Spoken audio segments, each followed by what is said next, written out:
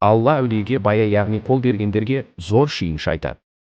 Құрандағы 9-ші сүре 111-ші аятта Алла сондықтан бая бергендер қуансын дейді. Демек Алла бая яғни қол бергендерге жақсы сүйінші айтуда. Бая мүминдердің пайғамбарымызға жалғануында аса маңызды саналады.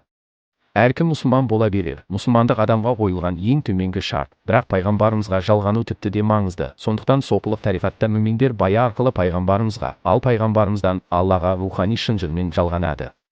Пайғамбарымыздың тірі мұрагері болған әулиеге бая яғни қол беру арқылы біз Аллаға Алла жолында, пайғамбарымыз жолында болуға, Алла әмірлерін орындауға уәде беріп серт қыламыз. Аяттағы бишарат сөзі жақсы сүйіншіні дегенді білдіреді.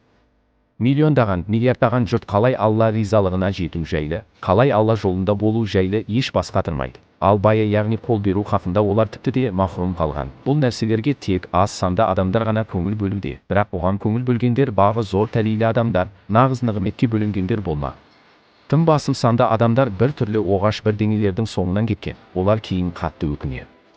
Олар әсілі бая арқылы пайғамбарымызға жалғануға көңіл бөлуі керек еді. Себебі пайғамбарымызға жалғансаңыз, сізге аса зор нығмет нәсіп болған болады. Нәсіп дегеніміз Алланың кейбір адамдарға қалаған баға жетпес нығметінің оларға берілуі.